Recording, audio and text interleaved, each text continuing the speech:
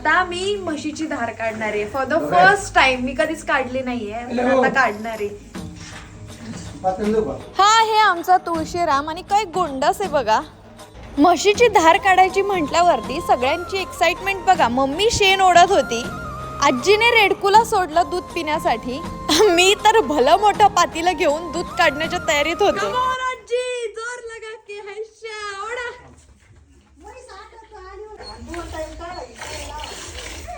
शपथ, for the first time मी पहिल्यांदाच म्हशीची धार काढतीये. शेतकऱ्याची मुलगी आहे तू. हो, मग सगळं येतंय मला. शेतकऱ्याची मुलगी धार काढती बघा. अख्खं पातीला भरून. मोरा सर काय इतकी सगळ्यांना बसू काय नाही करते, घेऊ नको बस.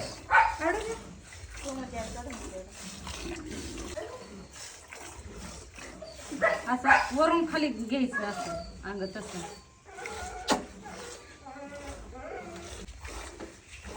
खबीव कादा येत